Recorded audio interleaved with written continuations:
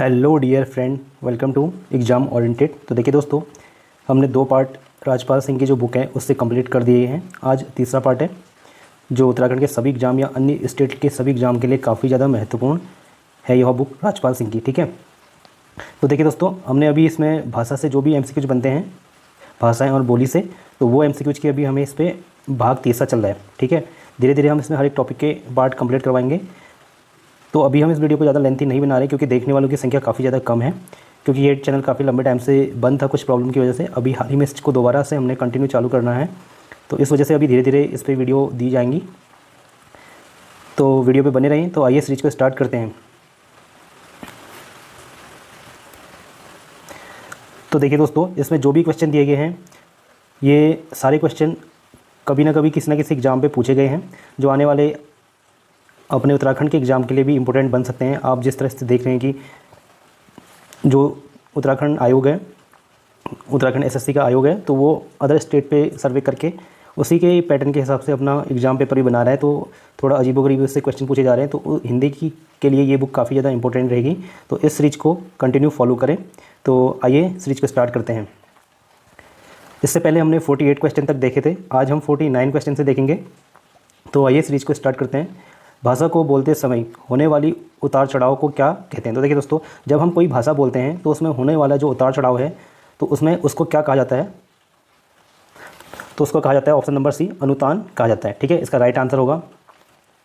अगले क्वेश्चन पे चलते हैं। क्वेश्चन नंबर 50 है, रोमन लिपि का प्रयोग किस भाषा के लिए नहीं होता है? तो देखिए दोस्तों, जो रोमन लिपि है इसमें से वो किस भाषा के लिए इसका प्रयोग नहीं किया जाता है? तो जर्मन भाषा के लिए रोमन लिपि का प्रयोग किया जाता है, फ्रेंच के लिए भी किया जाता है, स्पेनिश भाषा के लिए भी किया जाता है। कुल्लुई भाषा के लिए रोमन भाषा का प्रयोग नहीं किया जाता, जो रोमन लिपि है। अगला क्वेश्चन है, जनगणना 2001 के हिसाब से भारत में निम्नलिखित में से सबसे अधिक कौन सी भाषा बोली जाती है? तो जनगणना 2011 के हिसाब से बोल रहा है, तो इसमें भारत में सबसे ज़्यादा अधिक बोले जाने वाली भाषा कौन सी है? तो वह भाषा होगी आपकी ऑप्शन नंबर ए, बंगाली जो है सर्वाधिक बोली जाने वाली भाषा है। अगले क्वेश्चन पे चलते हैं। कन्नौजी बोली मुख्य रूप से निम्न में से कौन से ज़िले में बोली जाती है? तो देखिए दोस्तों, जो कन्नौजी बोली है वो मुख्य रूप से किस ज़िले में बोली जाती है? तो इसका सही आंसर होगा आपका। तो देखिए दोस्तों, अगर हम इसमें बुक के हिसाब से आंसर चले तो इसके आंसर 2 हैं, फर्रुखाबाद और कानपुर। ये 2 आंसर इस पर बुक पे दिए गए हैं। तो अगले क्वेश्चन पे चलते हैं। बांगरू भाषा ज़्यादातर कौन से राज्य में बोली जाती है? तो देखिए दोस्तों, जो बांगरू भाषा है वो किस राज्य में अधिकतर बोली जाती है? तो ऑप्शन नंबर सी इसका सही आंसर होगा, हरियाणवी राज्य में। अगले क्वेश्चन की बात करें, हिंदी के स्थान पर अंग्रेजी को सन 1855 में भारत की शिक्षा और प्रशासन की भाषा के रूप में किसने स्थापित किया गया था?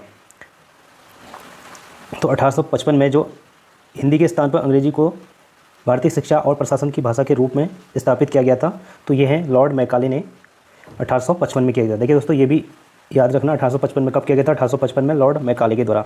अगला क्वेश्चन है, भाषा के क्षेत्रीय रूप को क्या कहा जाता है? तो देखिए दोस्तों, जो कोई भाषा होती है वो किसी क्षेत्र में बोली जाती है तो उसे कहा जाता है बोली। तो ठीक है, इसका सही आंसर होगा ऑप्शन नंबर बी।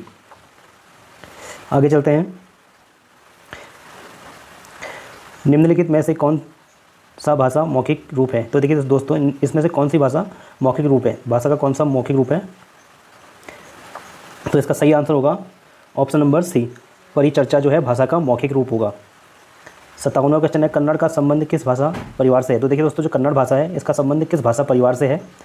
तो इसका राइट आंसर है ऑप्शन नंबर डी, द्रविड़ भाषा परिवार से संबंधित है कन्नड़। अगले क्वेश्चन पे चलते हैं, हिंदी खड़ी बोली किस अपभ्रंश से विकसित हुई है? तो देखिए दोस्तों, जो हिंदी की जो खड़ी बोली है वो किस अपभ्रंश से विकसित हुई है? तो वह है आपका ऑप्शन नंबर सी, शौरसेनी से अपभ्रंश हुई है खड़ी बोली। अगले क्वेश्चन पे चलते हैं, हिंदी भाषा की बोलियों के वर्गीकरण के आधार पर छत्तीसगढ़ी बोली है। तो देखिए दोस्तों, हिंदी भाषा की बोलियों के वर्गीकरण के आधार पर जो छत्तीसगढ़ की बोली है वो किस प्रकार की बोली है? आपकी पूर्वी हिंदी के अंतर्गत आती है छत्तीसगढ़ी बोली। काफ़ी इंपॉर्टेंट क्वेश्चन है दोस्तों, सभी ध्यान से देखें। छत्तीसगढ़ किस भाषा की बोली है? तो देखिए दोस्तों, जो छत्तीसगढ़ी है आपकी पूर्वी हिंदी के अंतर्गत आती है छत्तीसगढ़ी बोली। देखिए इनके नीचे दिया गया है, हर कोई कनिष्ठ सहायक 2016, कनिष्ठ सहायक परीक्षा 2016, अमीन परीक्षा 2016, अमीन परीक्षा 2016, UPSI, इन सभी एग्जाम में क्वेश्चन ऐसे पूछे गए हैं। तो आने वाले एग्जाम पे काफ़ी ज़्यादा महत्वपूर्ण हो सकते हैं, कभी भी किसी भी एग्जाम में पूछे जा सकते हैं। तो आपको पहले से ही उसके लिए तैयार रहना पड़ेगा, तभी एग्जाम निकल पाएगा। तो आइए अगले क्वेश्चन को देखते हैं। हिंदी भाषा को कितनी विख्यात बोलियाँ हैं? तो देखिए दोस्तों, जो हिंदी भाषा है इसमें 5 बोलियां हैं और 17 उपबोलियां। ठीक है, अगले क्वेश्चन पे चलते हैं। हिंदी आकृति की दृष्टि से निम्नलिखित में से किस प्रकार की भाषा है? तो देखिए दोस्तों, हिंदी जो है आकृति की दृष्टि से किस प्रकार की भाषा मानी जाती है? तो हिंदी को जो आकृति की दृष्टि से किस प्रकार की भाषा माना जाता है? आपका श्लिष्ट प्रयोगात्मक भाषा माना जाता है। आगे चलते हैं।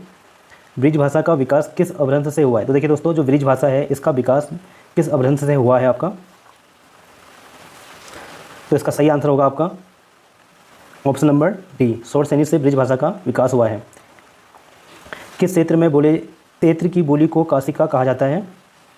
तो वाराणसी की जो बोली है उसको काशिका कहा जाता है। ठीक है,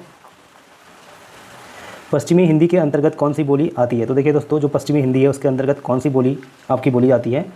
तो इसके अंतर्गत कन्नौजी बोली पश्चिमी हिंदी के अंतर्गत बोली जाती है। निम्नलिखित में से कौन सी बोली पूर्वी हिंदी के अंतर्गत आती है? पूर्वी हिंदी के अंतर्गत बोली जाने वाली भाषा है आपकी छत्तीसगढ़ी, या पूर्वी हिंदी के अंतर्गत बोली जाती है। अगला क्वेश्चन है, निम्न में से कौन सी बोली राजस्थानी हिंदी के अंतर्गत आती है? तो देखिए दोस्तों, राजस्थानी हिंदी के अंतर्गत आती है ऑप्शन नंबर ए, मेवाती आती है।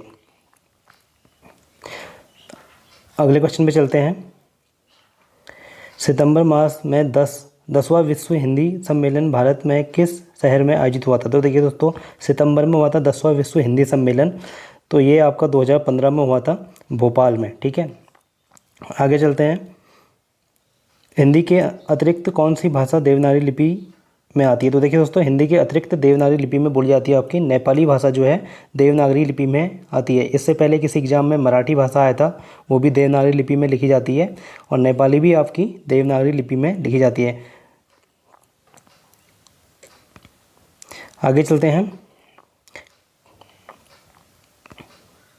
खड़ी बोली निकलती है? तो देखिए दोस्तों, जो खड़ी बोली है पश्चिमी हिंदी के अंतर्गत खड़ी बोली आती है। भाषा शुद्ध रूप से ज्ञान किसे होता है? तो देखिए दोस्तों, भाषा का शुद्ध रूप से ज्ञान होता है आपका व्याकरण से भाषा का शुद्ध रूप से ज्ञान होता है। अगले, किस बोली में ने प्रसर्ग लगाया जाता है? तो देखिए दोस्तों, कौन सी बोली है जिसमें ने प्रसर्ग लगाया जाता है आपका? तो खड़ी बोली में ने प्रसर्ग लगाया जाता है। तो धन्यवाद दोस्तों, अगर वीडियो आपको अच्छी लगी है तो वीडियो को ज़्यादा से ज़्यादा शेयर करें। मिलते हैं नेक्स्ट वीडियो में। Thank you.